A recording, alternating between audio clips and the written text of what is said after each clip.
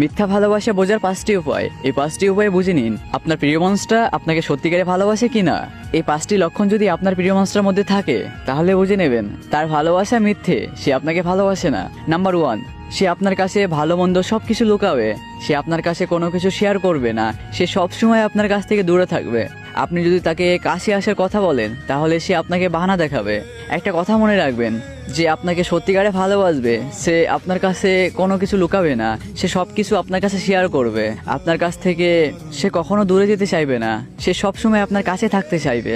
Number 2, অজুহাত দেখানো। সে সবসময় আপনাকে অজুহাত দেখাবে। সে ফ্রি থাকবে কিন্তু আপনাকে ব্যস্ততা দেখাবে। তার প্রতিটা কাজ করার সময় থাকবে কিন্তু আপনার সাথে কথা বলার সময় তার কাছে সময় থাকবে না, সে ব্যস্ত হয়ে যায়।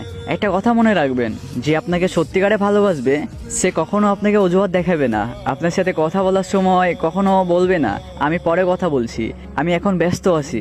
সে হাজার ব্যস্ততার মাঝেও আপনার সাথে কথা বলবে, আপনাকে সময় দেবে। কিন্তু যে আপনাকে ভালোবাসবে না সে সব সময় আপনার সাথে কথা না বলার জন্য বাহানা দেখাবে। ব্যস্ত না থাকলেও বলবে আমি ব্যস্ত আছি।